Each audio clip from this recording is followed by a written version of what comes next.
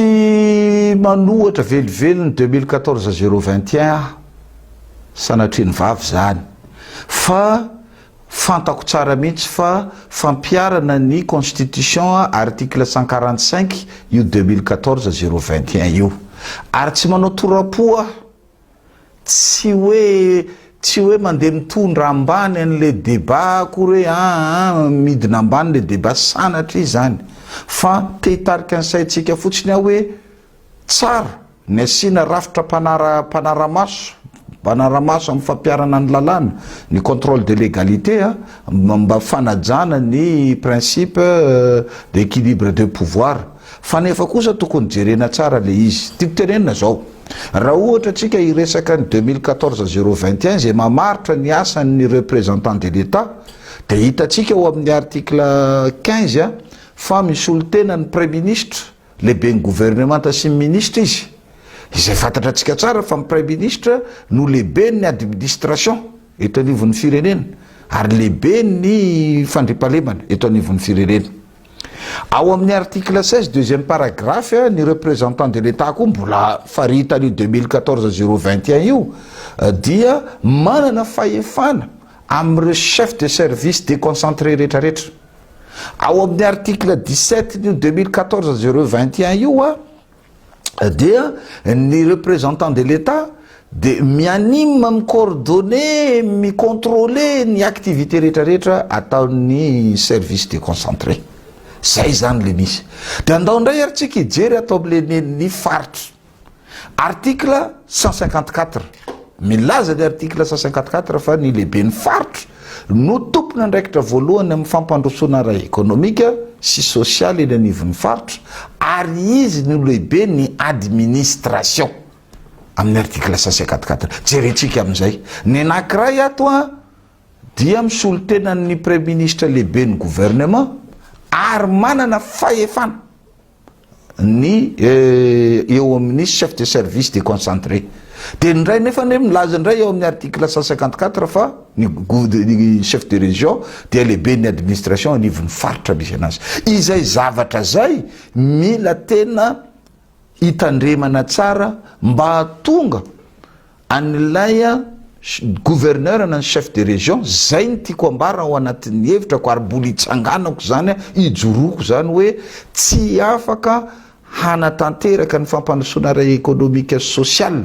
eny anivon'ny faritra ny chef de région na ny gouverneur raha ohatra ka tsy manana fahefana amin'ireo chef de service déconcentré izy inona ny antony ny faritra tsy manana piasa manerana ny district zay ao anivon'ny faritra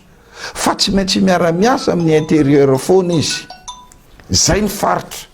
ka ile zay zavatra zay zany ahoana no anaovan'ny faritra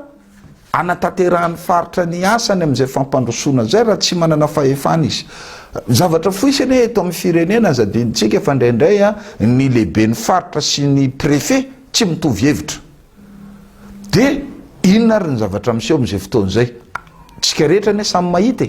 ny gouverneur de hitatsika fa na atelier ny ahitantsika azy na ny ministre mandeha mamangy eny anivon'ny faritra na ny filoha-pirenena mandeha mamangy eny anivon'ny faritra ary ny asa mba ataony de manao pavé fa raha asa ho an'ny développement économique tena araky ny voalazantsika hoe itya ny programme-ny lehiben'ny faritra ampitombo ny fidiram-bolan'ny faritra ity ny programme ny lehiben'ny faritra hanatsara ny fampianarana sy ny fitsaboana eny anivon'ny faritra ity ny programme ataon'ny lehiben'ny faritra hanatsarana ny environnement eny anivon'ny faritra tsy mahita zany tsika ny antony de satria mila n'ireo chef de service déconcentré ireo izy miaraka aminy manatanteraka an'izay zavatra zay ka izay le mahatonga ana hoe tokony jerena tsara ihany marina fa